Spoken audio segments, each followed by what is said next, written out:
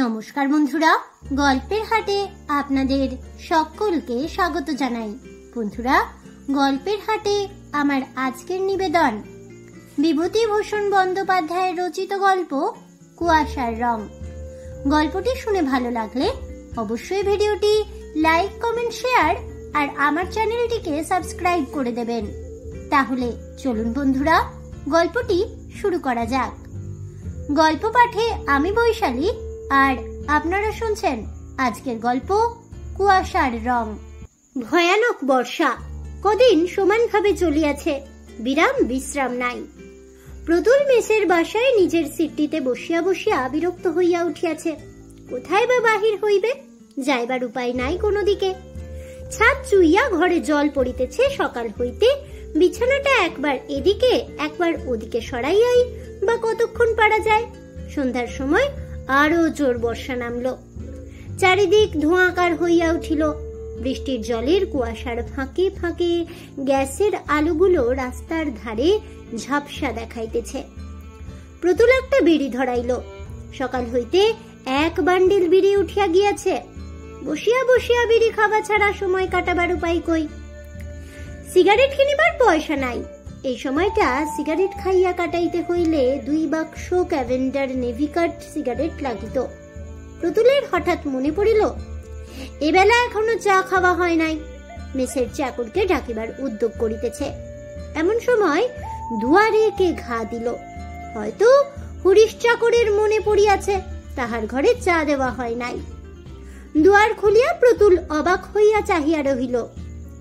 এই যে প্রতুল দা, ভালো আছেন? নমস্কার, এলাম আপনার এখানে।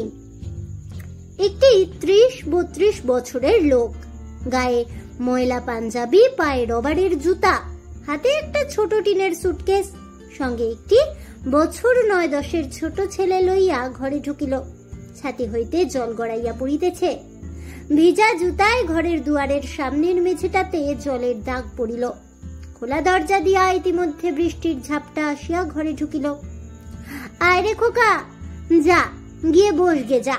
তোর জ্যাঠা মশাই প্রণাম কর। দাঁড়া, পাটা মুছে দি গামছা দিয়ে, যা। প্রতুল তখনও ঠিক করিতে পারে নাই লোকটাকে। এমন দুর্যোগের দিনে তাহার আশ্রয় গ্রহণ করিতে আসিয়াছে। দেশের লোক, গ্রামের লোক তো নয়। কোথায় ইহাকে সে দেখিয়াছে? হঠাৎ তাহার মনে পড়িয়া গেল, এ সেই শশধর, নাথপুরের শশধর গাঙ্গুলি। এতদিন বড় হইয়া উঠিয়াছে। সেই 18-19 বছরের ছোকরা, আর বাল্যের সেই চমৎকার চেহারা এত খারাপ হইয়া উঠিল কিভাবে? চিনতে পেরেছেন প্রতুল দা? হ্যাঁ, এইসো বসো। ও, কতকাল পরে দেখা। তা তুমি জানলে কি করে আমি এখানে আছি? ভালো আছো বেশ। এটিকে ছেলে? বেশ বেশ।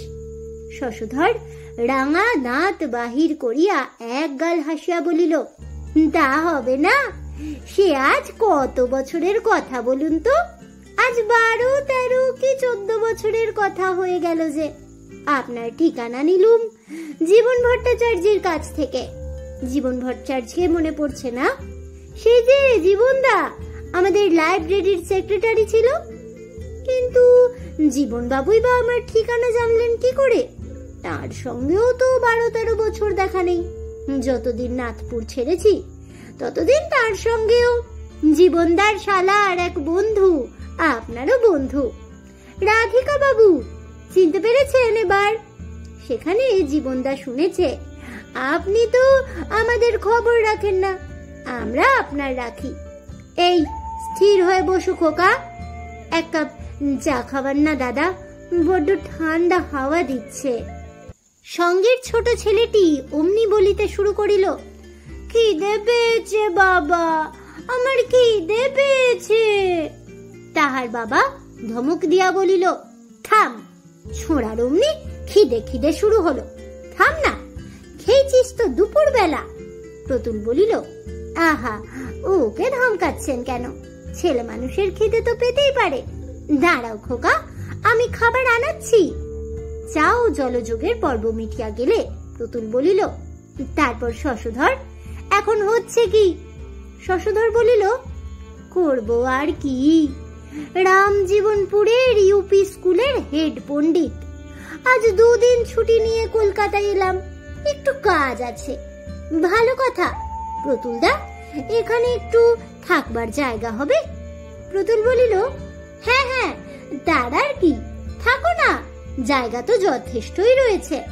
আমি বলে দিচ্ছি তোমাদের খাওয়ার কথা রাত্রে। আজ প্রায় 12-13 বছর আগে প্রতুল নাথপুর গ্রামের মিউনিসিপাল অফিসে কেরানির চাকুরি লইয়া যায়। নাথপুর নিতান্ত ক্ষুদ্র গ্রাম নয়, আশেপাশের 4-5খানি ছোট বড় গ্রাম লইয়া মিউনিসিপ্যালিটি ইলেকশন লইয়া দলাদলি মারামারি পর্যন্ত হইত। লাইব্রেরি ছিল, ডাক্তারখানা ছিল, হাই স্কুল ছিল, একটা পুলিশের ফাঁড়ি পর্যন্ত ছিল। একদিন নিজের ক্ষুদ্র বাসাটিতে বসিয়া আছি একা। একটি 18-19 বছরের ছোকরা আসিয়া প্রণাম করিয়া বলিল, আপনি বুঝি নতুন এসেছেন আমাদের গায়ে? হ্যাঁ, এসো বসো। তোমার নাম কি? আমার নাম শশধর। আপনার সাথে আলাপ করতে এলুম। একলাটি বসে থাকেন? এসো এসো এসো, ভালোই। তুমি স্কুলে পড়ো বুঝি? শশধর পরিচয় দিল। না, সে স্কুলে পড়ে না, অবস্থা ভালো না। স্কুলে কে পড়াইবে? তাহা ছাড়া সংসারে বাবা নাই, তাহারই ঘাড়ে সংসার। মা, 2 বোন, 3টি ছোট ছোট ভাই, স্ত্রী। প্রতুল বিস্মিত হইয়া বলিল, তুমি বিয়ে করেছো নাকি? আগে হ্যাঁ, ও বছর বিয়ে হয়ে গিয়েছে। ছেলেটি দেখিতে খুব সুশ্রী, সুপুরুষ। অল্প বয়সে বিবাহ হওয়াটা আশ্চর্য নয় বটে। কিছুক্ষণ বসিয়া থাকিবার পরে ছেলেটি সেদিন চলিয়া গেল। তাহার পর হইতে মাঝে মাঝে সে প্রায়ই আসিত। এ গ্রামে প্রতুল নূতন আসিয়াছে, বিশেষ কাহারও সহিত পরিচয় নাই। এ অবস্থায় একজন তরুণ বন্ধু লাভ করিয়া প্রতুলও খুশি হইল। সময় কাটাইবার একটা উপায় হইল। সন্ধ্যাবেলাটা দুজনের গল্প গুজবে কাটিয়া যাইত। একদিন শশধর প্রতুলকে বাড়িতে খাবার নিমন্ত্রণ করিল। শশধরের মা তাকে ছেলের মতো যত্ন করিয়া খাওয়াইলেন। শশধরের বোন কণা তাকে প্রথম দিনেই প্রতুলদা বলিয়া ডাকিল। এই নির্বান্ধব পল্লী গ্রামে ইহাদের স্নেহ সেবা প্রতুলের বড় ভালো লাগিল সেদিন। ইহার পর অফিস হইতে প্রতুল নিজের বাসায় ফিরিতে না ফিরিতেই শশধর প্রতুলকে ডাকিয়া নিজের বাড়িতে প্রায়ই লইয়া যায়। প্রায়ই বৈকালিক চা পানেরও জলযোগের ব্যবস্থা সেখানেই হইয়া থাকে। দিন কতক যাইবার পরে প্রতুল ইহাতে সংকোচ বোধ করিতে লাগিল। শশধরদের সাংসারিক ব্যবস্থা বিশেষ সচ্ছল নয়। রোজ রোজ তাহার জলযোগের জন্য উহাদের খরচ করাইতে প্রতুলের মন সায় দিল না। সে খাওয়া বন্ধ করিল। অবশ্য মুখে সোজাসুজি কোনো কিছু বলিতে না পারা সম্ভব ছিল, তবে যাইবার ইচ্ছা না থাকিলে ওজোর আপত্তির অভাব হয় না। একদিন শশধর আসিয়া বলিল, আজ যেতেই হবে প্রতুলদা, কণা বলেছে তোমাকে না নিয়ে গেলে সে ভয়ানক রাগ করবে আমার উপর। প্রতুল আশ্চর্য হইয়া বলিল, কণা? হ্যাঁ হ্যাঁ, কণা, আমার ছোট বোন, ভুলে গেলেন নাকি? চলুন আজ। প্রতুলের মনে বিস্ময় এবং আনন্দ দুই হইল। কণার বয়স 15-16, রং ফর্সা, বেশ সুশ্রী মেয়ে। কথাবার্তা বলে চমৎকার, পাড়া গাঁয়ের তুলনায় লেখাপড়াও জানে ভালো। তাহার সম্বন্ধে কণা আগ্রহ দেখাইয়াছে, কথাটা শুনিতে খুব ভালো লাগলো। কণা সেদিন প্রতুলের কাছে কাছেই রহিল। কয়দিন না দেখা শোনার পরে দুজনেরই দুজনকে যেন বেশি করিয়া ভালো লাগিতেছে। ফিরিবার সময় প্রতুলের মনে হইল কণাকে আজ যেন তাহার অত্যন্ত আপনজন বলিয়া মনে হইতেছে। কেন? নির্জন বাসায় ফিরিয়া কথাটা সে ভাবিল। কণা মেয়েটি ভালো, সত্যই বুদ্ধিমতী, সেবা পরায়ণা, তাহাদেরই পাল্টি ঘর। আহা, এই জন্যই কি শশধরের এ তাগাদা, তাহাকে ঘন ঘন বাড়ি লইয়া যাইবার জন্য। কথাটা মনে হইবার সঙ্গে সঙ্গে এ চিন্তাও তাহার মনে না আসিয়া পারিল না। তাই কণার অত গায়ে পড়িয়া আলাপ করার ঝোঁক তার সঙ্গে। প্রতুল আবার শশধরদের বাড়ি যাওয়া বন্ধ করিল। শশধর আসিয়া পীড়াপিড়ি আরম্ভ করিতেই আদৌ বিলম্ব করিল না। এবার কিন্তু প্রতুল অত সহজে ভুলিল না। তাহার মনে দ্বন্দ্ব লাগিয়াছে। কণা তাহাকে সত্যই ভালোবাসে না তাহাকে বিবাহের ফাঁদে ফেলিবার জন্য ইহা তাহার একটি ছলনা মাত্র? কণার মা কি জন্য তাহাকে অত আদর করিয়া থাকেন বা শশধর তাহাকে বাড়ি লইয়া যাইতে অত আগ্রহ দেখায়, ইহার কারণ প্রতুলের কাছে ক্রমশ স্পষ্ট হইয়া উঠিল। গরিবের মেয়ে, বিবাহ দিবার সঙ্গতি নাই, উপযুক্ত পাত্রে সে হিসাবে প্রতুল পাত্র ভালোই। 30 টাকা মাহিনা পায় অফিসে, বয়স কম, দেখিতে শুনিতেও এ পর্যন্ত প্রতুলকে তো খারাপ বলে নাই কেহ। ইহাদের সকল স্নেহ ভালোবাসা আগ্রহের মধ্যে একটি দৃঢ় স্বার্থ সিদ্ধির সন্ধান জানিয়া প্রতুলের মন ইহাদের প্রতি নিতান্ত বিরূপ হইয়া উঠিল। মাস 2 কাটিয়া গিয়াছে, ভাদ্র মাস। 7-8 দিন বেশ ঝলমলে শরতের রৌদ্র খালের ধারে কাশ ফুল ফুটিয়াছে, জল কাদা শুকাইয়া আসিতেছে। পূজার ছুটির আর বেশি দেরি নাই। প্রতুল বসিয়া বসিয়া সেই কথা ভাবিতেছিল। মিউনিসিপাল অফিসে 12 দিন ছুটি। এ সময় একদিন কাহার মুখে প্রতুল শুনিল শশধরের বাড়িতে বড় বিপদ, শশধরের মা মৃত্যুশয্যায়। শুনিয়া সে ব্যস্ত হইয়া উঠিল। শশধর এদিকে অনেক দিন আসে নাই তা নয়, প্রতুল উহাদের বাড়ি না গেলেও সেইখানে প্রায়ই আসিয়া বসিয়া থাকে, চা খায়, গল্প গুজব করে। কই, মায়ের এমন অসুখের কথা তো শশধর বলে নাই। প্রতুল শশধরদের বাড়ি গেল। এমন বিপদের সময় না আসিয়া চুপ করিয়া থাকা যায়, সেটা ভদ্রতা এবং মনুষ্যত্ব উভয়েরই বিরুদ্ধে। প্রতুলের কড়া নাড়ার শব্দে কণা আসিয়া দরজা খুলিয়া দিল। প্রতুলের মনে হইল কণা তাহাকে দরজায় দেখিয়া বিস্মিত হইয়াছে। প্রতুলই আগে কথা কহিল, বলিল, মা কেমন আছেন? আসুন বাড়ির মধ্যে। দাদা নেই বাড়িতে, ডাক্তার ডাকতে গিয়েছে, অবস্থা ভালো না। চলো চলো দেখে গিয়ে। আমি কিছুই জানি নে কণা অসুখের কথা। শশধর কদিন আমার ওখানে যায়নি, তবে মাঝে মাঝে যা গিয়েছিল তখন তো কিছু বলেনি। বলবে কি, মার অসুখ আজ সবে 5 দিন হয়েছে তো, পরশু রাত্রির থেকে বাড়াবাড়ি যাচ্ছে। এর আগে এমন তো হয়নি। ঘরের মধ্যে ঢুকিয়া যেটা প্রতুলের চোখে সর্বপ্রথম পড়িল সেটি ইহাদের দারিদ্র্যের কুশ্রী ও মলিন রূপ। সে নিজেও বড় লোকের ছেলে নয়, কিন্তু তবুও তাহাদের বাড়িতে গৃহস্থালীর যে শ্রী ছাঁচ রয়েছে সেখানে তার সিকিও নাই। কণা বলিল, এতকাল আসেননি কেন এদিকে? আমাদের তো ভুলেই গিয়েছেন। প্রতুলের মনে কষ্ট হইল। কণার ক্লান্ত, উদ্বেগপূর্ণ এবং ঈষৎ বিষণ্ণ চক্ষু দুটির দিকে চাহিয়া তাহার মনে হইল সে বড় নিষ্ঠুর কাজ করিয়াছে এতদিন এখানে না আসিয়া। কণা বড় ভালো মেয়ে। যতক্ষণ প্রতুল তাহাদের বাড়ি রহিল ততক্ষণের মধ্যেই প্রতুল জানিতে পারিল কণার কি কর্তব্য জ্ঞান, রুগ্ন মায়ের কি সেবাটাই না করিতেছে কণা। এত দুঃখে উদ্বেগেও কণার সুন্দর রূপ ম্লান হয় নাই।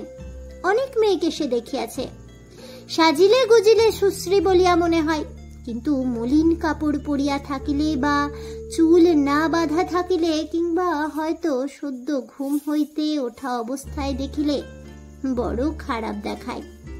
কণার রূপের মধ্যে একটা কিছু আছে যাহাতে কোনো অবস্থাতেই খারাপ দেখায় না। এত অনিয়ম, রাত্রি জাগরণ, উদ্বেগ, পরিশ্রমের মধ্যেও কণা তেমনি ফুটন্ত ফুলটির মতো তাজা, তেমনি লাবণ্য ওর সুকুমার মুখে।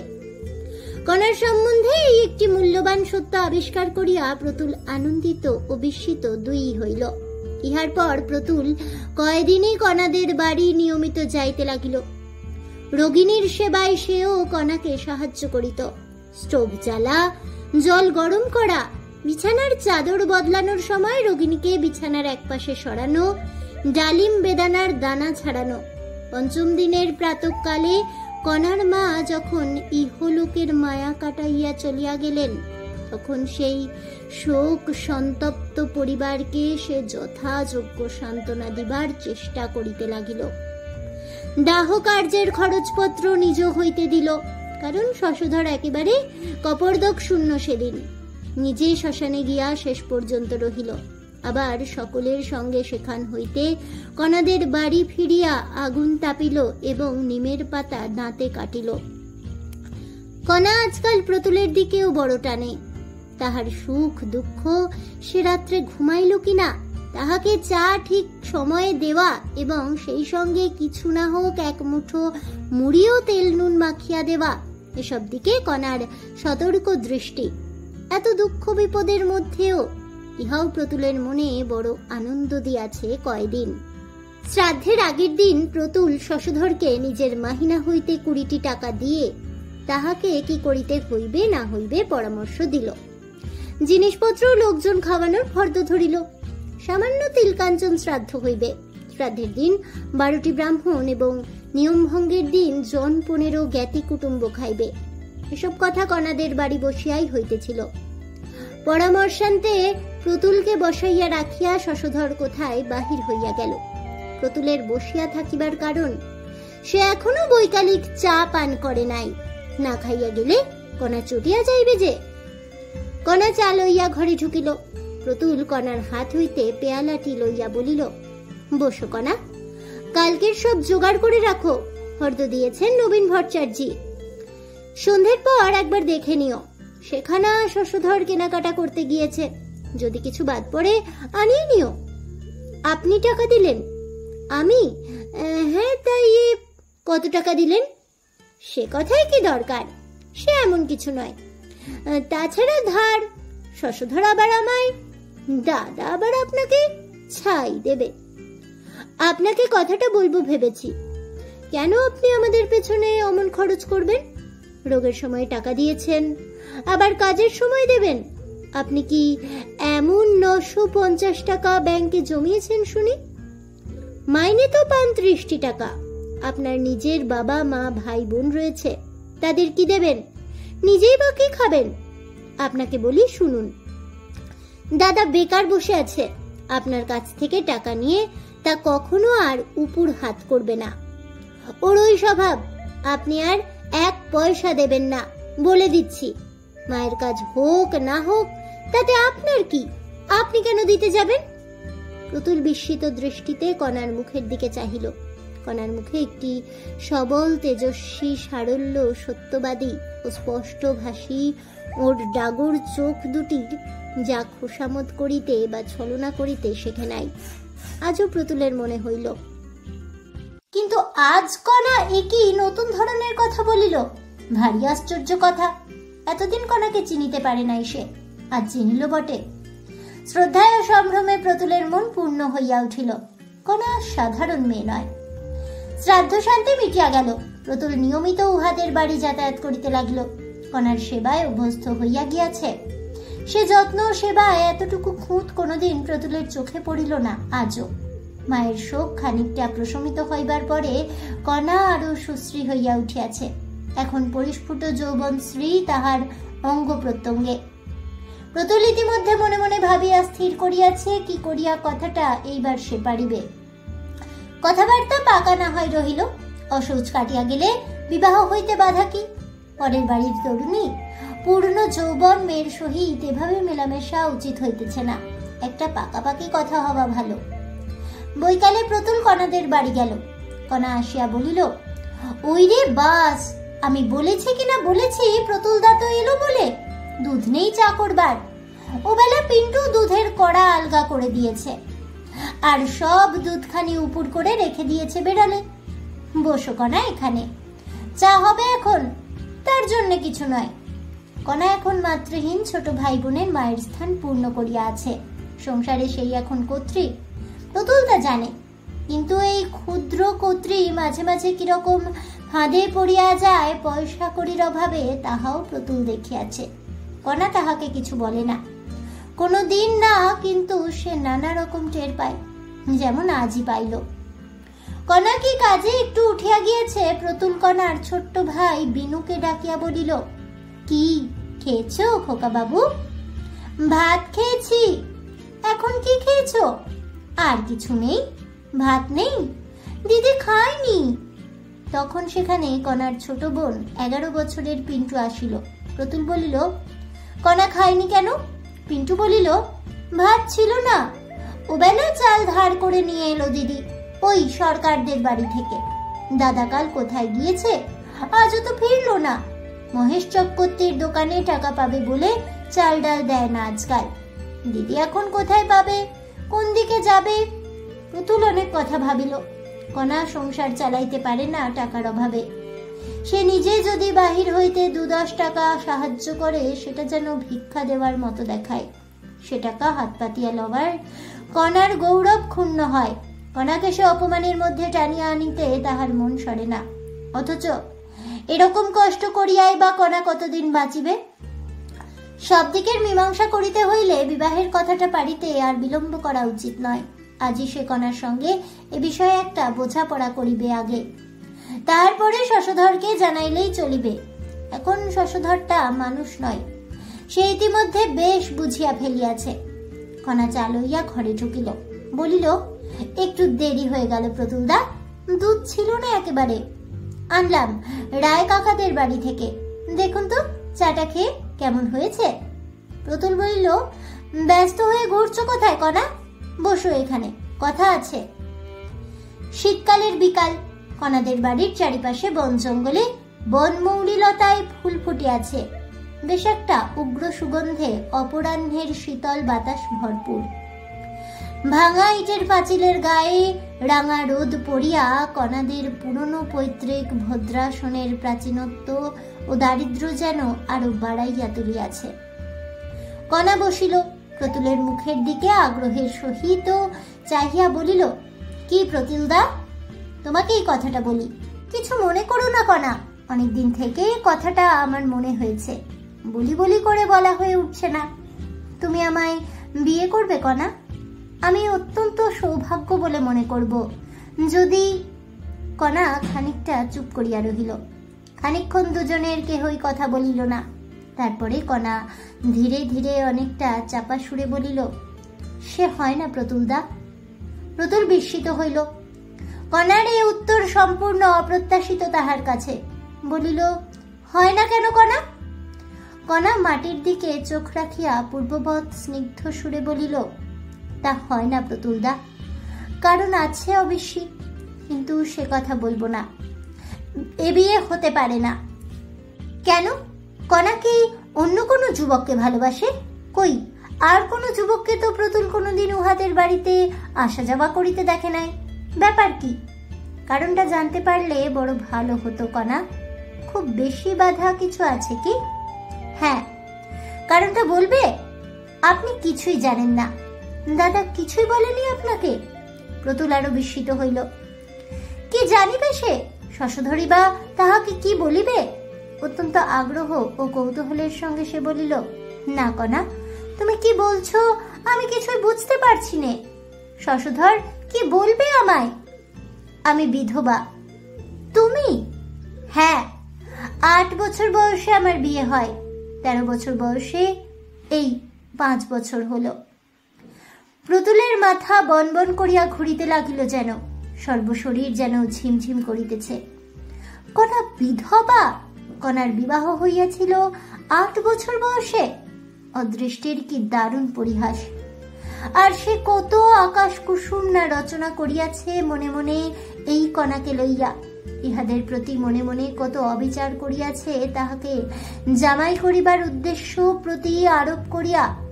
গ্লানি ও অনুতাপে প্রতুলের মন পূর্ণ হইয়া গেল।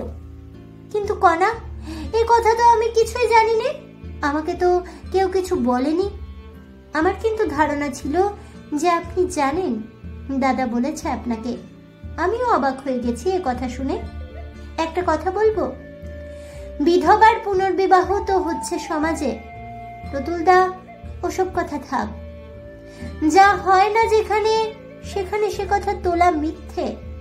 না, আমার কথার উত্তর দাও কণা। আমি অমন ধরনের কথা শুনবো না তোমার মুখে। তোমায় সুখী করার দিকে আমার লক্ষ্য। সেজন্য সংস্কার এবং সমাজ আমি অনায়াসেই ঠেলব। কণার চোখ দিয়া জল গড়াইয়া পড়িল। সে মুখ নিচু করিয়া আঁচলের প্রান্ত দিয়া চোখ মুছিয়া বলিল, আপনার পায়ে পড়ি প্রতুলদা। প্রতুল আর কিছু বলিল না। পরদিন অফিসে আসিয়াই সে চাকুরিতে ইস্তফা দিয়া দিল 1 মাসের নোটিসে। এখানে আর থাকিবে না, থাকিয়া লাভ নাই। এই 1 মাসের মধ্যে সে কনাদের বাড়ি গেল প্রায় প্রত্যেক দিনই, কিন্তু চাকুরিতে নোটিশ দেবার কথা কাহাকেও বলিল না। বিবাহ সম্বন্ধে কনার সাথে আর কোনো কথাও সে বলে নাই, যদিও কনা আগের মতোই তাহার কাছে নিঃসংকোচে আসে বসে কথাবার্তা কয়। যাইবার পূর্বে সে কনাদের বাড়ি গেল। অন্যান্য কথাবার্তার পর সে বলিল, কনা, আমি এখান থেকে চলে যাচ্ছি কাল। কনা আশ্চর্য হইয়া প্রতুলের মুখের দিকে চাহিয়া বলিল, চলে যাবেন? কেন? চাকুরি ছেড়ে দিচ্ছি। সে কি কথা? কথা ঠিকই তাই, কাল যাচ্ছি। সত্যি? সত্যি। মিথ্যে বলে লাভ কি? সে কথা তো একদিনও বলেননি। না, বলিনি। বলেই বা লাভ কি? যেতে যখন হবে। কেন? এখানে আপনার অসুবিধা কি হচ্ছিল? ভালো চাকুরি পেয়েছেন বুঝি কোথাও? কোথাও না। কনা চুপ করিয়া রহিল, প্রতুলও তাই। খানিক পরে কনা বলিল, যাবেন তা জানতুম।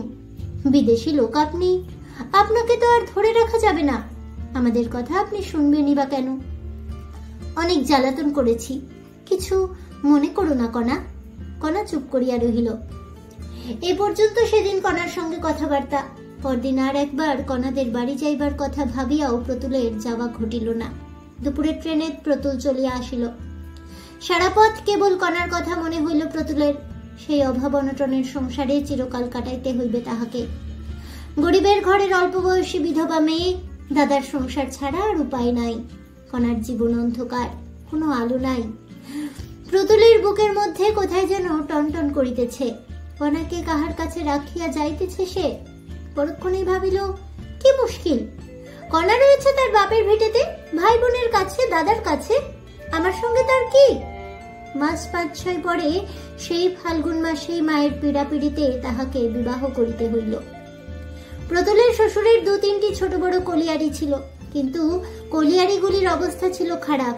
চুরি হইত। নির্ভরযোগ্য ম্যানেজারের অভাবে কলিয়ারিগুলি লোকসান মহল হইয়া পড়িয়া থাকিত। প্রতুলের শ্বশুর একদিন প্রস্তাব করিলেন, সে অফিসে পরের চাকরি না করিয়া যদি কলিয়ারিগুলির তত্ত্বাবধান করে, তবে অফিসে যে বেতন পাইতেছে তাহা তো পাইবেই, উপরন্তু ভবিষ্যতে একটা উন্নতির আশা থাকে শ্বশুর জামাই উভয়েরই। প্রতুল শ্বশুরের প্রস্তাবে রাজি হইল। আরো বছর 2 পরে কলিয়ারির অবস্থা সত্যই ফিরিল প্রতুলের কর্মদক্ষতায়। প্রতুল আসানসোলের রেল স্টেশন হইতে 3 মাইল দূরে বুদ্ধচক কলিয়ারিতে সাজানো বাংলোতে স্ত্রী পুত্র লইয়া বাস করে। একটু স্টাইলের উপরই থাকে, না থাকিলে চলে না। কাজের খাতিরেই থাকিতে হয় নাকি কি জানি। কেন এখানে আসিয়া কনার কথা তাহার বড়ই মনে পড়িতে লাগিল। আজ তাহার এই সাজানো বাংলো, সুখ ঐশ্বর্য, ইহাদের ভাগ কনা কিছুই পাইল না। সেই সুদূর পাড়াগাঁয়ে দারিদ্র নিরাশার অন্ধকারের মধ্যে ভাঙা পুরনো ইটের পুরনো কোঠা বাড়ি আঁকড়াইয়া পড়িয়া রহিল। প্রতুলের মনটা যেন হাহা করিয়া ওঠে। সে বুঝিল এখনো কনার কথা তাহার মন জুড়িয়া বসে আছে, তাই তাহাকে ভুলিয়া যাওয়া প্রতুলের পক্ষে সহজ নয়। প্রতুলের স্ত্রী বড় লোকের মেয়ে, বাল্যকাল হইতে সে সুখ ভোগ করিয়া আসিতেছে। তাহাকে খাওয়াইয়া পড়াইয়া নতুন জিনিস দেখাইয়া লাভ কি? তেলা মাথায় তেল দেওয়া। বরং যে চিরবঞ্চিতা জীবন যাহাকে কিছু দেয় নাই, তাহাকে যদি আজ সে কেন এমন হয় জীবনে, কে বলিবে? যে পাইয়া আসিতেছে সেই বরাবর পায়, যে পায় না সে কখনোই কি পায় না? যাহাকে খাওয়াইয়া সুখ, পড়াইয়া সুখ, দেখিয়া দেখাইয়া সুখ, তাহাকে খাওয়ানো যায় না, পড়ানো যায় না, দেখানো যায় না। কেন এমন হয়? এসব 4-5 বছর আগেকার কথা। আজ কয়েকদিন হইল প্রতুল কলিকাতায় চলিয়া আসিয়াছে চাকুরির খোঁজে। কলিয়ারি আছে, কিন্তু প্রতুলের স্ত্রী নাই। পুনর্মূষিকের পর্যায়ে আসিয়া দাঁড়াইবার ইতিহাস আছে। সংক্ষেপে এই যে, গত বৎসর স্ত্রীর মৃত্যুর পর হইতেই শ্বশুরের কলিয়ারিতে থাকা প্রতুলের ভালো মনে হইল না, এবং তারপরে দেখা গেল প্রতুলের শ্বশুরেরও তাহা ক্রমশ ভালো বলিয়া মনে হইতেছে না। সুতরাং আজ কয়েকদিন হইল প্রতুল তাহার ছেলেটিকে সঙ্গে লইয়া কলিকাতায় আসিয়া এই পরিচিত মেসটিতে উঠিয়াছে এবং চাকুরির সন্ধানে আছে। এই সেই শশধর, কনার ভাই। এতকাল পরে হঠাৎ এভাবে কোথা হইতে কেমন করিয়া আসিয়া পড়িল। কিছুক্ষণ বসিয়া শশধর চা খাইয়া সুস্থ হইবার পরে প্রতুল বলিল, তারপরে কি মনে করে, কেমন আছো?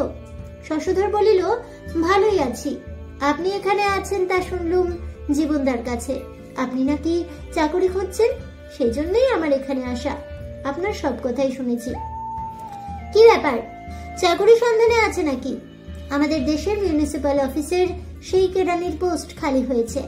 আপনি গেলে ওরা লুফে নেবে এক্ষুনি। কিশোরী চাটুর্যে এখন চেয়ারম্যান, আপনাকে বড় ভালোবাসতো। আমাদের আপনার লোক। দিন একখানা দরখাস্ত করে। আমি লিখলে একবার গিয়ে ইন্টারভিউ করে আসবেন চেয়ারম্যানের সঙ্গে। আবার সেই নাথপুর, সেই মিউনিসিপ্যাল অফিসের 30 টাকা বেতনের কেরানির পদ, তাহাই হোক। প্রতুল দরখাস্ত লিখিয়া পরদিন সকালে শশধরের হাতে দিল। চাকরি না করিলে চলিবে না। ছোট ছেলেটি লইয়া 30 টাকায় তাহার খুব চলিয়া যাইবে।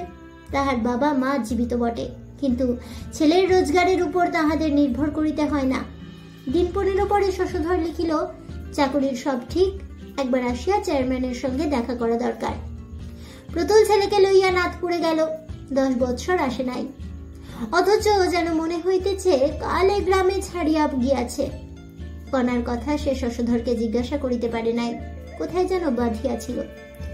বহু চেষ্টা করিয়াও পারে নাই। আজ স্টেশনে নামিতেই কণার কথা প্রথমেই মনে পড়িল। কণা যেখানে থাকে সেখানেই সে থাকিবে জীবনের বাকি কয়টা দিন। বেলা প্রায় 1টা। শশধর স্টেশনে ছিল। বলিল, প্রতুলদা, আপনার সেই পুরনো বাসা ভাড়া করে রেখেছি, কোনো অসুবিধা হবে না। আর কণা বলে দিয়েছে আজ ওখানে খাবেন। চাকুরি হয়ে যাবে এখন, সব বলা আছে। প্রতুল বলিল, এবেলা খাবো না, খোকাকে বরং নিয়ে যাও কণার কাছে। আমি অফিসের পরে যাব। আমরা দুজনেই সকালে খেয়ে গাড়িতে চলেছি। বিকালের দিকে চেয়ারম্যানের সহিত সাক্ষাৎ করিবার পরে প্রতুল শশধরদের বাড়ি গেল। প্রথমেই কণা আসিয়া সামনে দাঁড়াইয়া বলিল, প্রতুলদা, এতদিন পরে মনে পড়ল। তারপর সে পায়ের ধুলো লইয়া প্রণাম করিল। প্রতুল অবাক হইয়া চাহিয়া রহিল। সে কণা কোথায়? কোথায় সেই লাবণ্যময়ী কিশোরী? এ কণাকে সে চেনে না। কণা পূর্বাপেক্ষা শীর্ণা হইয়াছে। যৌবনের সৌন্দর্য অন্তর্হিত হইয়াছে অনেককাল বলিয়াই হয়, যদিও বর্তমানে 27-28 বছরের বেশি বয়স নয় কণার। মুখের কোথাও পূর্ণ লাবণ্যের চিহ্ন আছে। প্রতুল বিশেষভাবে খুঁজিয়া দেখিয়া তাও পাইল না। সঙ্গে সঙ্গে প্রতুল দেখিল কণার উপর তাহার সে ভালোবাসা যেন এক মুহূর্তে মন হইতে কর্পূরের মতো উবিয়া গিয়াছে। এ কণা অন্য একজন স্ত্রীলোক, তাহার ভালোবাসার পাত্রী, তাহার চিরপরিচিত কণা এ নয়। কাহাকে সে ভালোবাসিবে? কণা অবশ্য খুব আদর যত্ন করিল। আহারাদির পরে প্রতুলকে পান আনিয়া দিয়া কণা বলিল, কতদিন আসেননি, অনেক কথা আছে আপনার সঙ্গে প্রতুলদা, বসুন, আমি আসছি। প্রতুল ভাবিতেছিল ভাগ্যে কণার সঙ্গে তাহার বিবাহের সুবিধা বা যোগাযোগ হয় নাই। কি বাঁচিয়াই গিয়াছে সে, ভগবান বাঁচাইয়া দিয়াছেন। উফ! 2-4টি মামুলি কথা বলিয়া প্রতুল ছেলের হাত ধরিয়া উহাদের বাড়ি হইতে বাহির হইয়া হাঁপ ছাড়িয়া যেন বাঁচিল। পরদিন সকালে শশধরকে ডাকিয়া বলিল, না ভাই, ছেলেটার শরীর খারাপ হয়েছে কাল রাত্রেই। তোমাদের যা ম্যালেরিয়ার দেশ, ছেলে নিয়ে এখানে চাকরি পোষাবে না, অন্যত্র চেষ্টা করি গে। তাহলে বন্ধুরা, আমার আজকের এই গল্পটি শুনে কেমন লাগলো অবশ্যই আমাকে কমেন্টে জানাবেন। ভিডিওটি ভালো লেগে থাকলে লাইক শেয়ার করতে ভুলবেন না। আমার চ্যানেলের নতুন বন্ধু হয়ে থাকলে চ্যানেলটিকে সাবস্ক্রাইব করে দেবেন। পাশে থাকা বেল বাটনটি প্রেস করে রাখবেন নতুন ভিডিওর নোটিফিকেশন পাওয়ার জন্য। দেখা হচ্ছে পরের ভিডিওতে। ততক্ষণ সবাই ভালো থাকুন, সুস্থ থাকুন, আর অবশ্যই সঙ্গে থাকুন আর দেখতে থাকুন গল্পের হাট।